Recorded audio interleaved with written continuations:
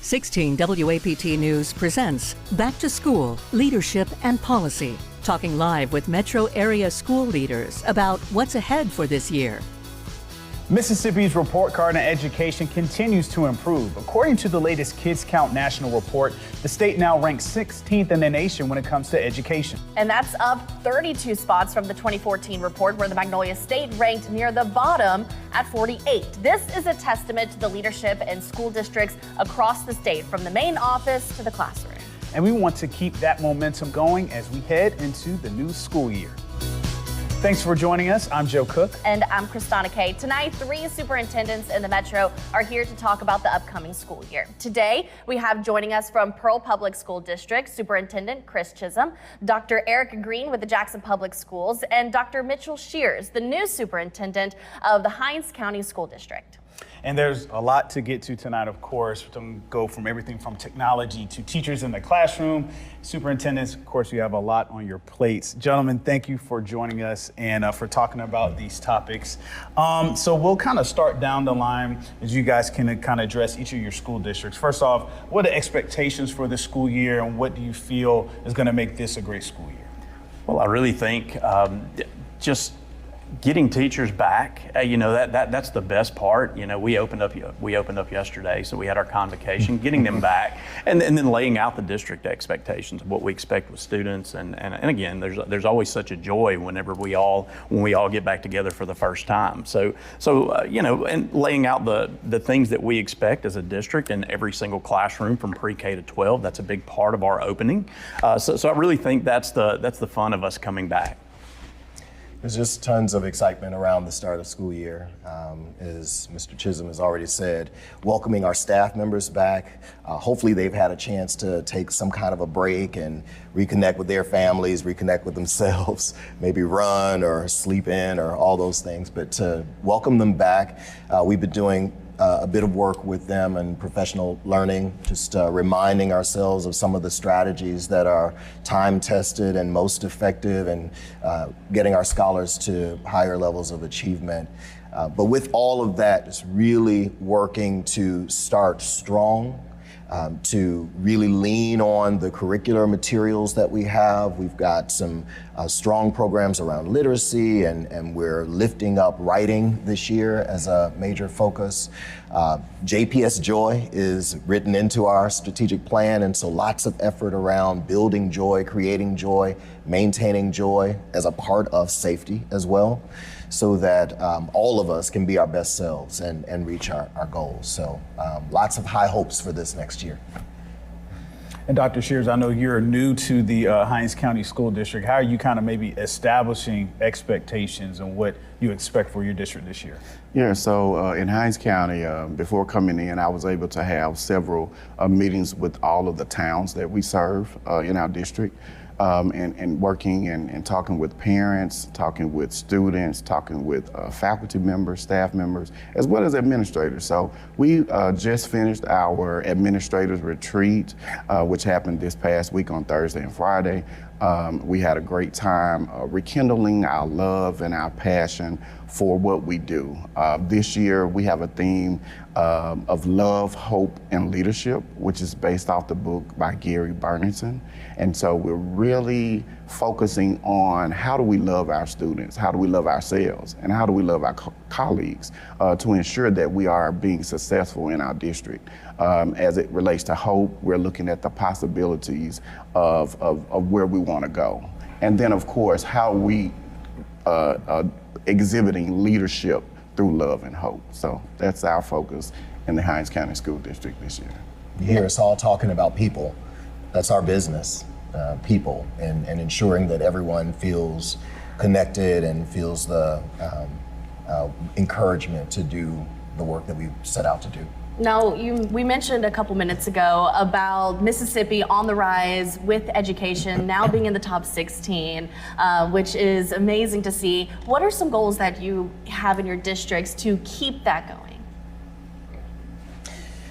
We in our strategic plan, we set out a 5-year goal starting from last year, 2024. going out, and each year we're working to increase our academic performance in ELA, English Language Arts, and mathematics, science, U.S. history, and across the board. So those goals we've set specifically in our strategic plan, but each year there's an effort we've still got some schools that are struggling. And that's not something that we try to gloss over. We've got some struggling schools and obviously some scholars that are struggling.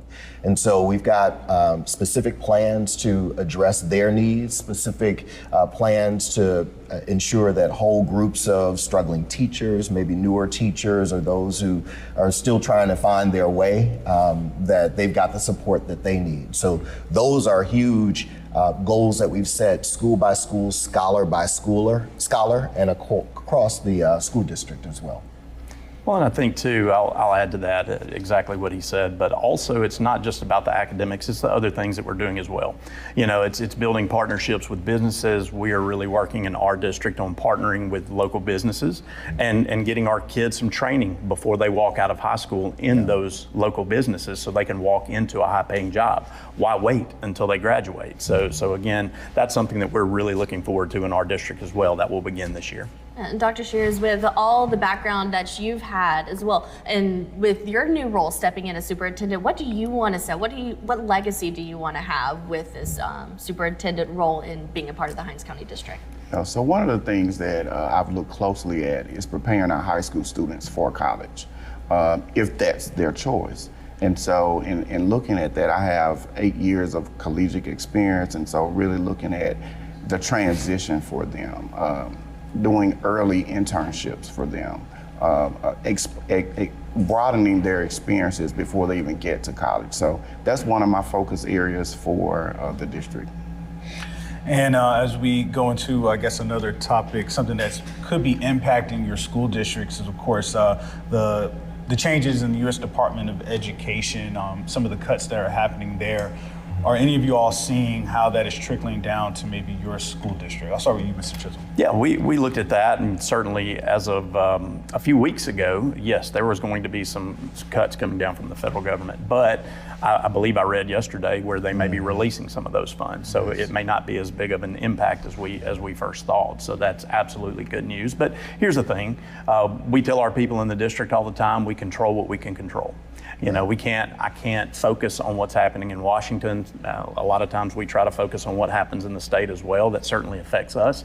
But what we really have to do is control the controllables. So that's what we want our people in the district to focus on. And you build your budget year by year and over time to the extent possible where there's some flexibility, where you're able to withstand any sharp decrease in funding in this line item or that line item in this area or that area. And so with the fluctuation and funding from, whether it's from the federal government or even the state, with those fluctuations, you try to be able to withstand some of that and stay true to what must be. We've got to pay our teachers. We've got to pay our classified team members. We've got to have the curricular materials. And so those sorts of things are non-negotiables.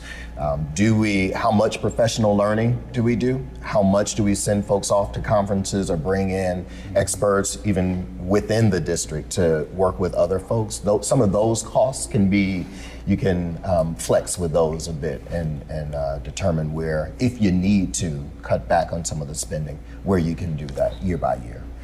It's a challenge though, it's a dance. And you're always looking at the returns on investment for any of the spending that you have. And so that's where the smart people get in the room and try to figure out what's the best way to do it.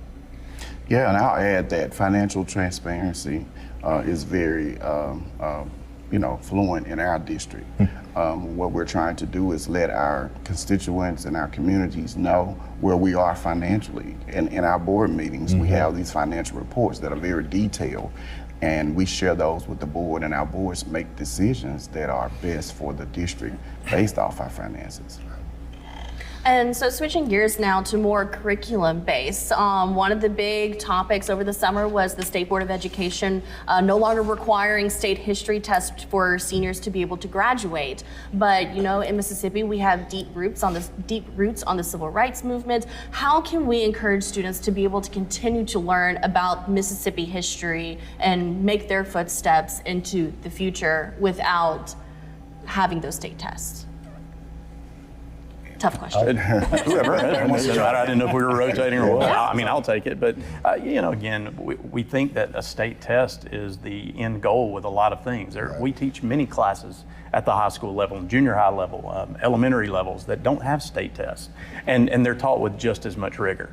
So the idea that U.S. history is going away and Mississippi history is going away, that's not happening. And again, do I think there was a place for U.S. history, the test when it first came in? Absolutely. And I can tell you our teachers over time have gotten so much better. But simply because we don't have a test anymore doesn't mean that we won't be teaching that to the same rigor.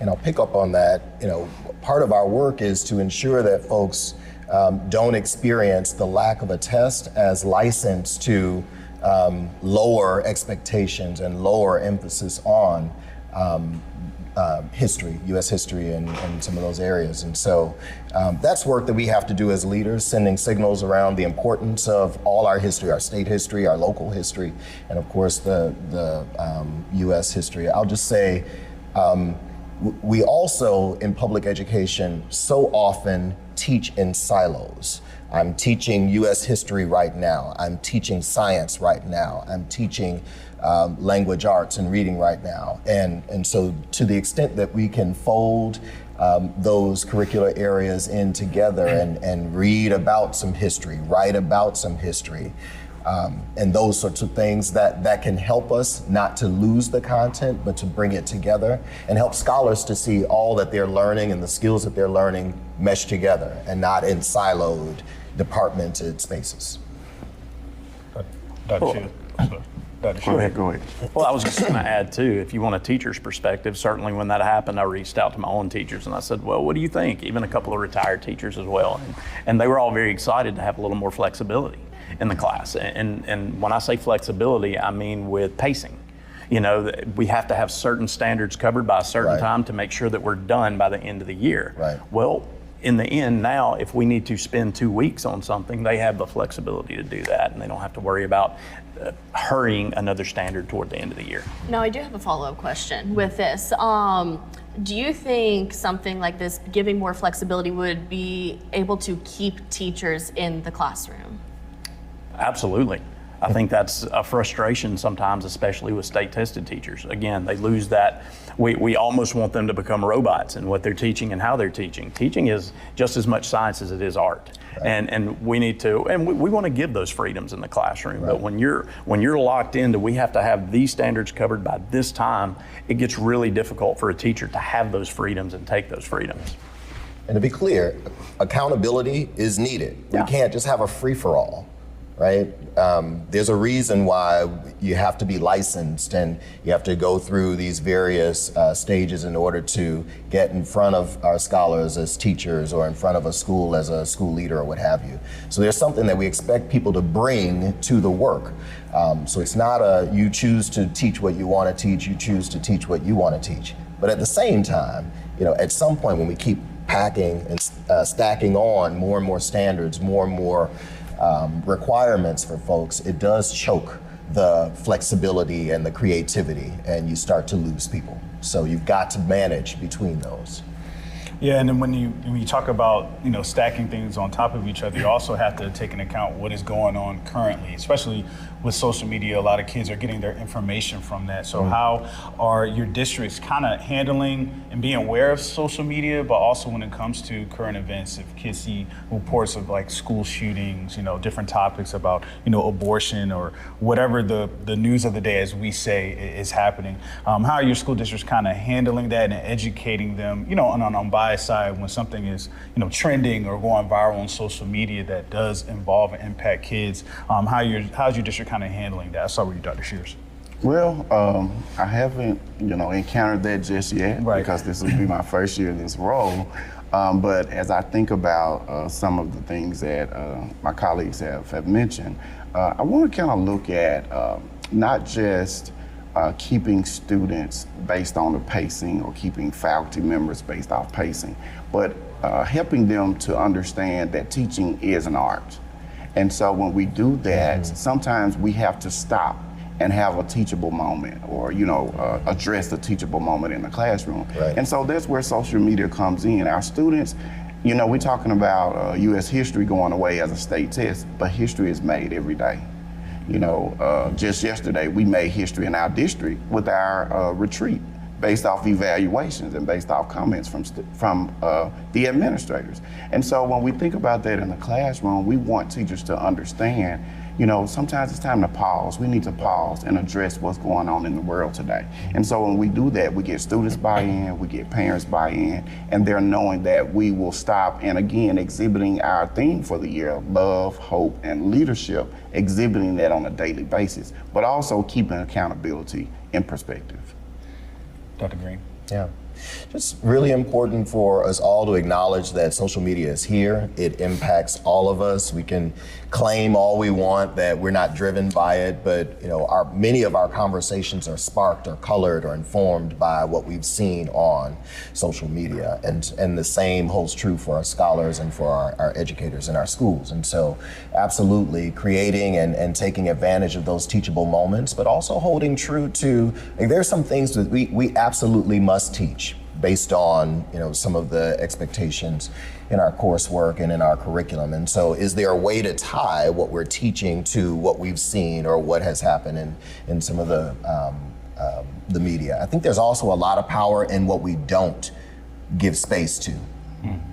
And that's personally or professionally, in our classes and outside. There's a lot of power in the things that we don't underscore and give more attention to, because you don't want that to settle in your scholars' minds or your community's minds. So there are lots of decisions that we all make and that teachers make all throughout the day about what's most important and what is not prioritized in their time. If I could add something to this as well, if there's one skill that I would want to give every student before they walked out of Pearl, it's a healthy skepticism. That is truly that's a skill that I think everybody should have. So when we talk about giving social media and students, we also have teachers that are involved in that as well. So it's making sure that our educators know what is good, what is bad, what is slanted this way or that way. So our job is to be in the middle. So in the end, it's making sure that our people know. Sometimes adults have trouble with this, right. and they follow one news station, or they follow this one or that one or whatever on social media, and they think that just because there's a headline that there's truth in it, and that's not quite accurate. So again, it's getting to the details of what makes something true and not. So again, I think that's our take as well. It's not just students. They've got to be led by teachers. So right. It's making sure that they know and understand as well. And we are just getting started, gentlemen. We thank you for your insight, and we'll be back to discuss more topics for this upcoming school year after our break.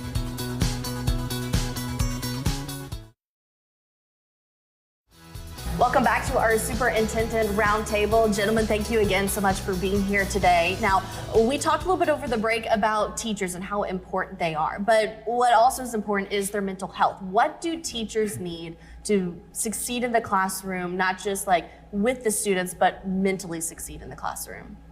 Well, I can start by, I always go into leadership roles remembering what it was like to be in the previous role. So as a principal, I remember what it was like to be a teacher. And so as superintendent, I'm remembering what it's like to be a principal because they need mental health or mental wellness activities as well. And so that trickles down to our teachers. And so when I think about mental wellness, in which I use, I think about having different breaks throughout the year.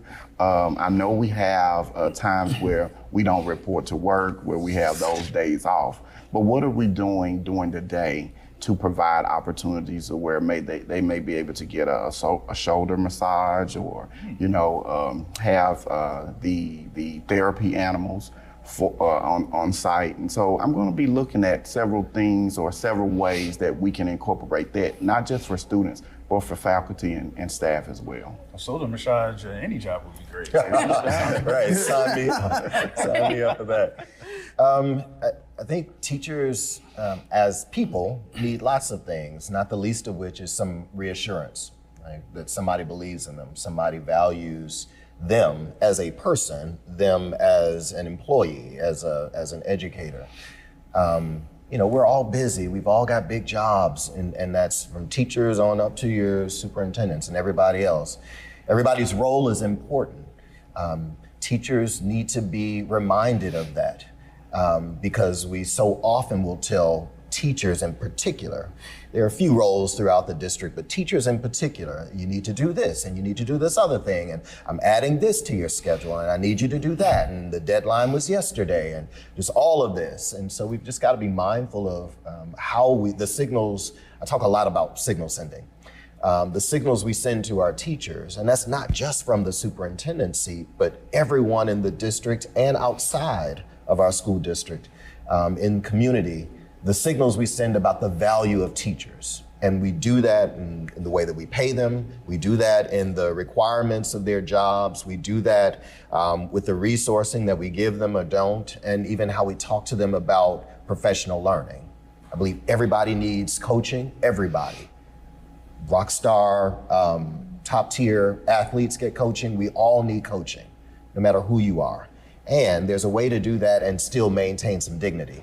And signal to them that you are valuable, you are smart, you bring all of this to the table. We acknowledge that. I think on my end too, to add to what they're saying, is they need colleagues. They need people to understand that they're human beings. And again, with social media, a parent gets angry and goes and puts all this stuff out. Yes. You forget that teachers have families. Yes. They have kids that read this, so they really need a family at school that can take their back and be a part of what they do and have that support. Every teacher in my district has my personal cell. They can reach out to me. There's no layers to get to me. You can call me, you can text me at any time, and I can't promise you I'll answer you right now, but you give me 10 or 15 minutes as soon as I can, I'll get that to you. It's just giving them that support that they need to know that there are people there that care about them and truly care, not just, hey, I care about you as an employee. I care about you as a human being first. Yeah. And of course, if the teachers are supported mental health wise, the students need to be as well. I guess, how are each of your districts kind of implementing, programs or certain resources where the students feel like they have that support, from a mental health standpoint as well? I can start with you, Mr. Chisholm. Okay, first is getting great training for counselors, and we have counselors in every building, so that's a fabulous thing to have. And also we partner with several different groups from Canopy to MDRS and some of these other places to bring in counselors as well. So we have some options for kids, but I really think the first line of defense is great relationships with the teachers. Right. That's the key to life. I think coaches sometimes get this bad rep in school districts across the board, but teaching is really coaching. You find the best coaches in the world, you'll find coaches who have great relationships with kids, and they'll run through a wall for them. The same holds true for being a teacher. So you're that first line of defense, and we don't care where you come from, we don't care where you live, just know that when you walk in the doors, you're one of ours.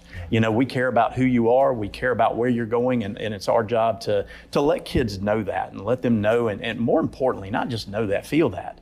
They need to know from the top down, like that's superintendent, assistant superintendent, all the way down to cafeteria workers, that every single person in this district cares about you and will do anything we can to help you. We've got structures in place in terms of some of the employees, some of the staff members, whether it's deans of students in our secondary schools or counselors, of course, and other folks who are in place to support our scholars, especially around some of the social and emotional needs that they might have. But to Mr. Chisholm's point, so much of this is about relationships and whether you have relationships or don't, and how we utilize those relationships to help scholars to be their best selves. They don't always make the best decisions, but those relationships can help us to kind of sort through that and extend some level of grace. We all need it, but we act sometimes as though children don't that they're not worthy of grace. And so all of that's a part of it. We've got curricular programs that we use in our homerooms and advisory blocks where we try to support them in thinking about who they are, what they bring and what value they have and all of that. But so it's a layered approach for us as a district of a larger size. We really try to be methodical about it and be clear that with all of these structures, still we've got to have authentic relationships. And by the way, they need to see us adults with authentic relationships. Oh, you want to be authentic with me, but I see you mistreating your peers. That doesn't work. And they see right through it. So, just looking at it from various angles and understanding that it takes time. This is not something you do in the morning and we're done. Throughout the day, throughout their experience with us, there's got to be some attention to how well folks are. I love that, mental wellness. Mm-hmm. I'll add, thinking about our theme, love, hope, and leadership, we're really focusing on moving from punishment to purpose and promise with our students. And so making those opportunities, learning experience and teachable moments, as we mentioned earlier, with students, talking with them directly about their behaviors, and then putting structures in place to assist them with that. For example, our students, they love to wear Beats. They love their headphones. And so just these last couple of days, I talked with the principals about making structured time where they can wear their Beats in the classroom during independent work, or having a period, a writing period, where they are listening to music, because research says that music reduces stress. And so most of the time when they have their Beats on, they're listening to music. And so we're looking at not taking things away from students, but working with students and allowing them to have a voice. They know how to meet us halfway if we include them. And so we're really talking about that with our principals, and hopefully the principal will talk with our teachers about that when they return, to really come up with a plan and structured opportunities to address that. And you mentioned electronics, which is a big thing in our lifetime today. I think everyone has a phone on the back pocket. Oh, yes. And students as well. Sometimes that is their lifeline. We just talked about electronics. How are you adapting to cell phones in the classroom? Are you keeping them in classroom? Are you taking them away for a brief time frame? Talk to us about your district's plan for electronics this year. Well, the conversation that I've had in the district in my 26 days on the job has been that they have a strong policy that they've been implementing to prevent, occurrences that may be detrimental to the district or individuals. Mm-hmm. And so we're going to continue what we have. We're not necessarily banning electronics. We're trying to, like I said, use them for purpose and promise for our students, because we're in a digital society. We're birthing digital citizens. And so everything we do is centered around electronics. And so we're going to really focus on how can we use that to our advantage across the district. Dr. Green? Good question. So, following the pandemic, we went one-to-one like most, probably just about every district. Over time, you have to replenish those devices and that, but we provide devices, Chromebooks and laptops and iPads and things to our scholars. We just this summer, about a month or so ago, a few weeks ago, decided that we will not allow devices in the school. They can use them on the buses as they go to school, but based on just all of the experiences we've had, all of the conversations we've had with our educators who are struggling to wrestle time and attention and focus from scholars as they're so connected with all of their devices, we've just determined that we've got to stop it.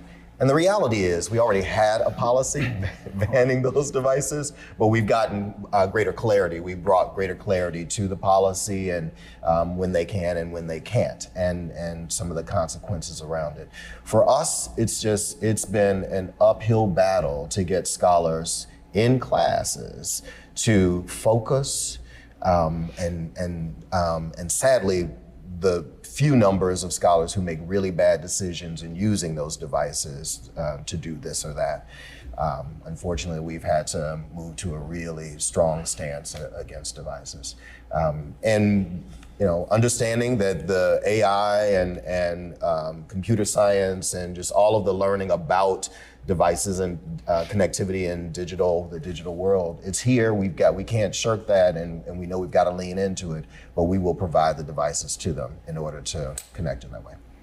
I'm going to make the same face that he just made about this. So that's what we'll start with. But we don't allow devices in the classroom. We provide them with a device. So all students in our district have an Apple device. So we already have a device that they can do anything that they need to do school-wise. And of course, the best part about that is that we have the handcuffs on those devices that we want, whereas your cell phone, that's going to be completely open to whatever your parents allow you to have. So again, do I think we've had this policy for years? We don't allow that in the regular classroom. However, there are one or two places in the district that we're okay with that. In other words, if you walk into an art class and they're doing pottery, or if they're doing something like that, certainly we don't mind music being played there. But that's really up to the school. That's really up to the teacher and the principal there. But you're not going to walk into an English, math, science, and social studies class and see kids on their phones. We're not going to do that. You're not going to see headphones on. You will see them on our devices doing what we want to do with them.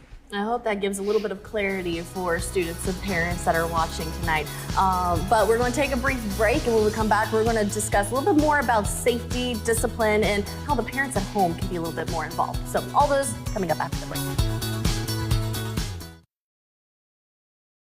And welcome back to our Education Roundtable. We were talking about technology. Still want to touch on that for a second and talk about AI. That is the big new thing that is impacting pretty much everything around us, including schools. And the AI expert that we have is Mr. Chisholm. And I know you went to Capitol Hill to talk before Congress back in April. With AI, how many ways can it help teachers and students? How is your school district embracing AI, but kind of have some guardrails on it so that it can have the most benefit? Absolutely, great question, and we could take the next 2 hours, and I don't know if I can answer that adequately. But I will tell you, AI it's a fabulous tool, and I got into this as a hobby, to be honest with you, and now I've done 191 trainings in just over 19 months, and I think I've been in 47 school districts across the state doing trainings for teachers and administrators, and all of these are completely free. I don't charge anything, so it's been a fun journey. But to answer your question on this, it can make us so much more efficient in everything that we do. It doesn't matter which, and you can use ChatGPT, you can use Grok, you can use, all of them have their own specialized uses. And I think that's where building lesson plans, but again, that can be scripted by us. We can put all of our information in, and I've done that for our district. So in other words, if a teacher wants to build a lesson plan, we've already scripted everything in the background. Now, will that lesson plan come out perfect through AI? It will not, but 98% of it's going to be really good, and it's going to be based in the standards, it's going to be based in research, and it's going to be based in what we expect as a district. So that cuts out the amount of time that a teacher's having to do just rote paperwork. So really you have the backbone of everything that you need in that classroom with just minor adjustments in time. So that's one way. We reclaim our time, and again, our goal is to keep teachers in the classroom, right? So now I can give them their time back at home as well. So using AI, it's a fabulous tool for things like that, and for administrators as well. Now, when we get on the kids side, that's a little different animal that we're talking about. Now, do we want elementary and junior high kids using ChatGPT? We do not.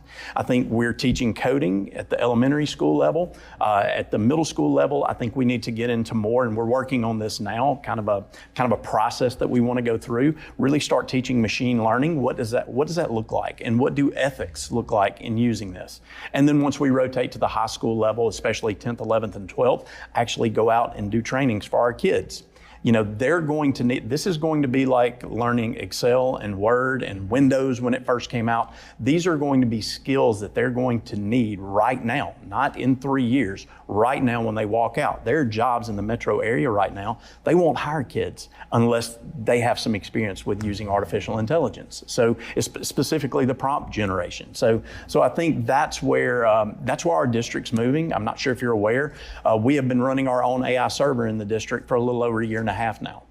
We were one of the first, as far as I know, the first one in the country to have our own. And now we don't have privacy concerns with that. Certainly privacy is an issue for teachers using this. We can't put student identifiable information online, and administrators as well. But for our district, now we don't have to worry about privacy at all because we have our own server. It is not connected online. We can develop on about 9 or 10 different languages that we have downloaded. And again, just like Grok or ChatGPT, they all have their specialties. It's like, and again, it's like speaking a completely different language. It's like speaking Latin, French, English, Spanish. So the languages are very similar to that, and they all have their strengths, and then we can develop on top of those strengths. So I have a teacher group that comes in, and they have started developing on that server, and our administrators have as well. So we're really pleased. It's been a lot of fun. It's something very, very new, and again, it's just moving so fast. But I will say this: in the next couple of years, you're going to see AI take 30% of our jobs. That's according to Harvard Business Review. So this is not something that we can stand on the sidelines and wait on. This is something that we need to be on the front lines of. Dr. Green and Dr. Shears, when you guys hear that nearby district is embracing AI, I guess, have you guys had those discussions? Any implementations that you guys are thinking that will help your school districts individually? Yeah, and while I'm not that guy, I've got several. I'm learning and engaging and not afraid of and experimenting and all that, and appreciate that.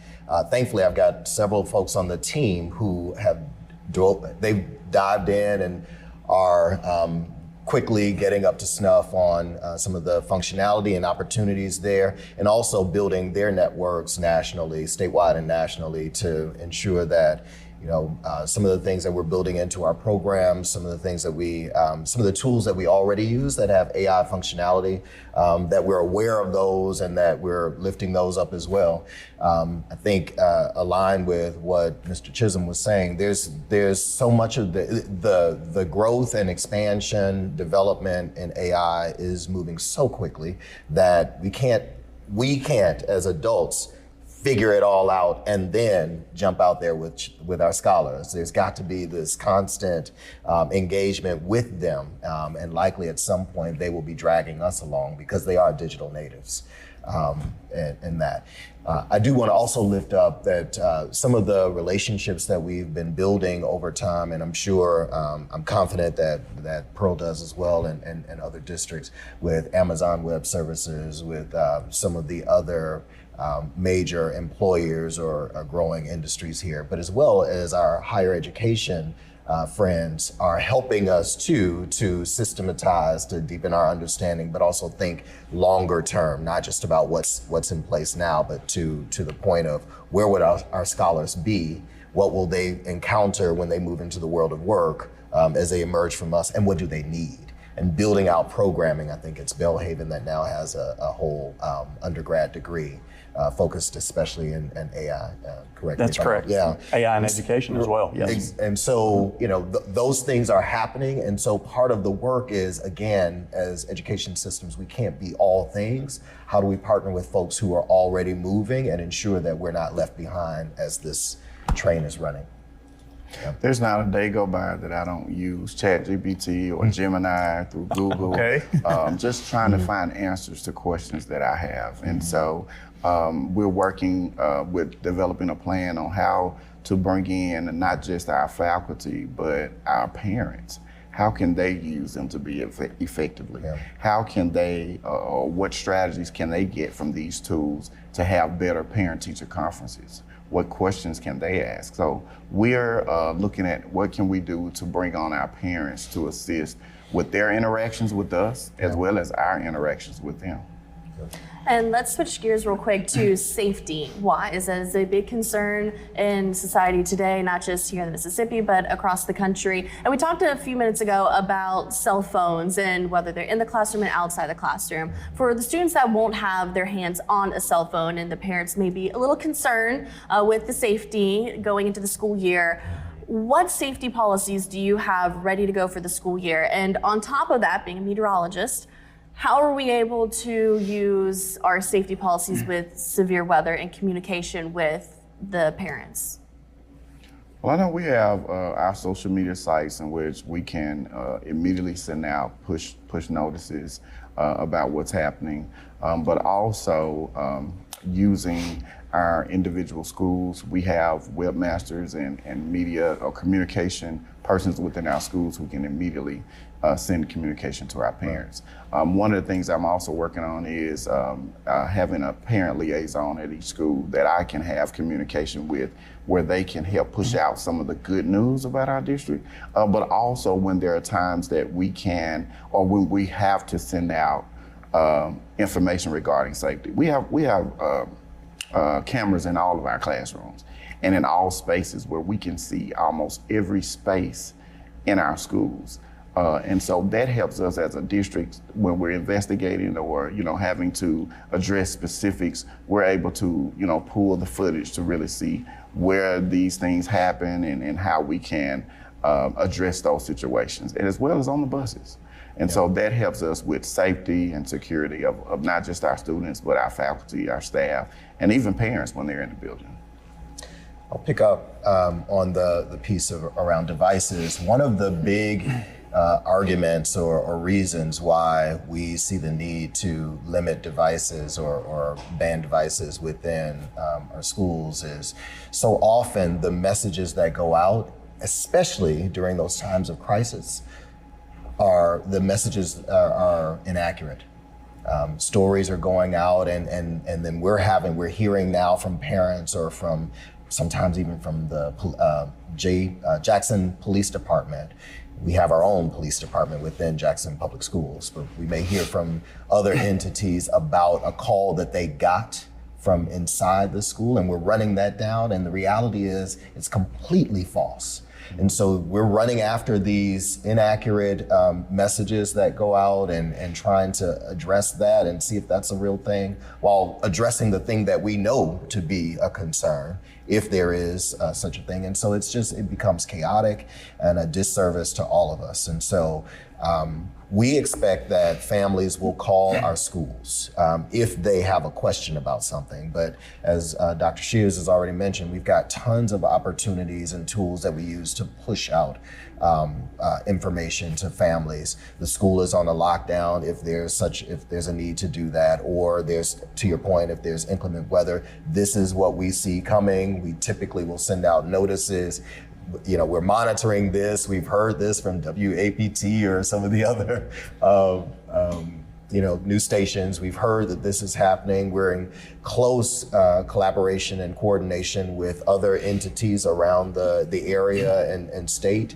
Our superintendents, we've got a brotherhood, sisterhood with our superintendent group. And so we're texting one another. What are you seeing? What are you thinking? What are you hearing? Have you considered this? So there's just lots of, I think, redundancies to help us to be informed, but also to be planning ahead of time and to start to signal that to our communities and our team members, not just parents, but also our team members who might be traveling in from outside of the city or what have you, so that we can all make the best decisions that we can in the moment, understanding that it's the best decision we can in the moment, given the information we have at that time. I'll add, we've, to touch on a couple of different things, we obviously have a system to send out things to parents, so we can blast that out. I have a PR person that can do that in seconds, and I actually created a GPT for her for any situation that will basically use, again, it's time. That's what we're trying to save. So instead of having to script something, I've got something built in the background that will script something for her extremely fast based on what we want, and we get that out as soon as we can.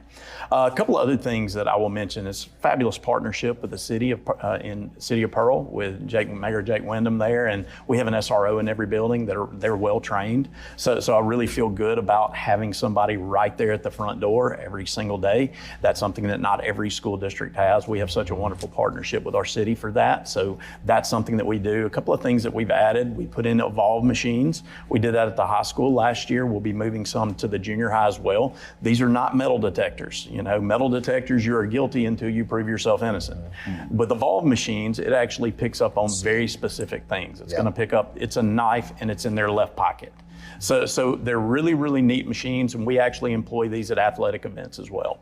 And there was a little bit of I don't want to say a hiccup, but there's a getting used to it period for our folks coming into football. Get there a few minutes earlier because we're gonna screen everybody that goes through. Yep. So again, it's the world we live in at this time. And then to address your weather situation, we're a small district. I mean, we're fairly large. We're 7A high school, but we're a small district. The guy that's out on the roads making a decision is me at 2 and 3 o'clock in the morning. So again, I go out, I'm in touch with our fire chief, police chief, all of our local people about weather. If we have wind that comes through, we want to send kids to school if we can send them to school as long as it's safe. And I also think we got in a situation maybe a year or two ago that we sent kids to school. We had some damage in our local area. We went ahead and had school because we had damage to houses. That was a great place for parents to be able to send their kids. We didn't really worry about education that day, honestly, if we were just a babysitting service for them. While they're handling cleanup, while they're handling insurance, you know, and of course there's several that raked us over the coals. We're like, we don't, if you want to send your kid, if you want to keep them home, it's fine. We're here to help, and we're here to be a service to our community. So we send all of these out through, we use probably 4 or 5 different social media groups as well. So we have lots of ways to get information to parents and the community in general. Just to double click on that, the decision, this is always, as a principal and district leader, and of course as superintendent, that decision to close or not close school is one of the toughest ones, because from where you sit, downtown Jackson or on the outskirts of Jackson or 30 miles out if you happen to be an employee who lives that far out. If you're in a high rise or you're in a home in a not so densely populated area, your perspective on what the weather is and how you're experiencing it, from your perspective, that should color the decision. For us, we've got to consider all those things. You know, sure, most of my scholars may be able to get to school, but can I get my team here to educate them and keep them safe while they're in schools? On and on and on. And not to mention, you know, sometimes we've mentioned there are those who are food insecure, and it's a challenge for them if they're not in school and don't have those meals. That's not the whole of our team and our scholar population, but it's a consideration for us.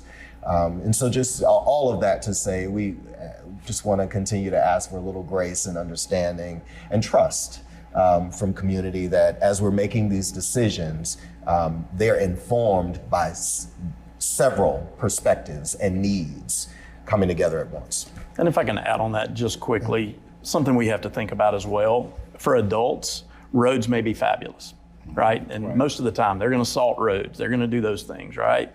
But the side roads are not. And I have 16 and 17-year-old new drivers. So again, all of these things go into that decision. It's not just what your road looks like today. It's not what Highway 80 looks like. It is, what are these side roads doing? What do these look like in these low-lying communities? And do I want to put a 16-year-old driver on that? You know, I don't want to be responsible for something if something goes wrong in that fashion.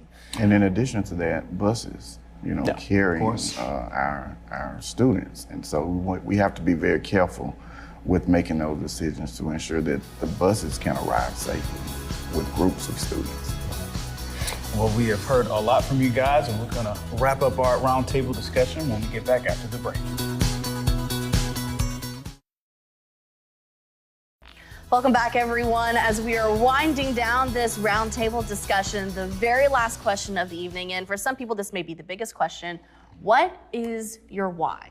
You're starting with me? Absolutely, Okay. sure. Whoever wants to go first. Really, I believe in the 4 E's, and that's enrolled, enlisted, employed, and the last one is giving kids experiences. So what is my why? It's because somebody did that for me. And we want to make sure that we're preparing kids, and it's not just our kids, this is about our state. You know, this is about making our state thrive. I'm a Mississippi native. I'm born and raised in New Hope, Mississippi, in Columbus, right? So my why is because I had some people that put their arm around me when I needed it as a kid and directed me in the right path. So that's my why, is to give back the same things that were given to me. Amen. Similarly, I had amazing people growing up who cared about me and saw in me what sometimes I didn't quite see in myself, who encouraged me, who exposed me. I never saw this role growing up. I just didn't envision that for myself, but whether it's my parents or family, friends, church members, educators, of course, there was so much sowing into me and encouraging me to really see my own potential that allowed me to keep pushing and keep challenging and rethinking and re-envisioning what the next might be and where my ultimate contributions could be. Like Mr. Chisholm, I believe that education can literally change lives. And so that's why I'm here. That's why I do it. And I want to do it until I'm no longer changing lives. This is personal to me because I went to school in the district where I'm serving. And so my elementary years, my middle school years were all in the same district. And so I believe in providing the opportunities for the students that I didn't have an opportunity to. And so, like I said, this is personal to me in this role, but educating students has always been a goal of mine. And I enjoy seeing students that I taught, that I was their principal, and even now graduates of Hinds Community College and Jackson State. When I see them, the smiles on their faces and them running to me as if they're 5 years old to get a hug or to say, you were my teacher, you were my principal, is really life-changing for me. But being a lifelong learner myself, I want to instill that into all of our students, and not just the students, the teachers, the faculty, as well as our parents, to really understand that we're all lifelong learners and we're all human. And so when we instill that into them, we will definitely exhibit our theme for the year: love, hope, and leadership. And lastly, any one thing you want teachers, parents, or students to know going into the school year? The one thing is I'll bring in our theme this year, which is relentless. And we're building on prior themes, but we are going to be relentless in pursuing excellence in everything that we do. It doesn't matter if it's academics, it doesn't matter if it's sports, fine arts.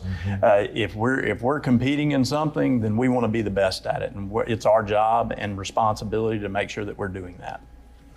We believe we can achieve excellence in any realm. We believe we can do that, and we believe we've got the strength and the knowledge and the manpower, woman power to make those things happen. And so just reminding our folks that we believe in the possibility that lives within the people in Jackson Public Schools. Dr. Shears. I'll just do like one of the famous pastors, T.D. Jakes, says, get ready, get ready, get ready. Because we are going to do a lot of things this year to ensure the success of our students. Well, hey, getting ready, that sounds perfect. You're getting you ready for the school year. Thank you to our panel for joining us this year. We appreciate your time and your insights tonight. And as always, hey, get ready and get ready for a great school year. Thank you for joining us once again.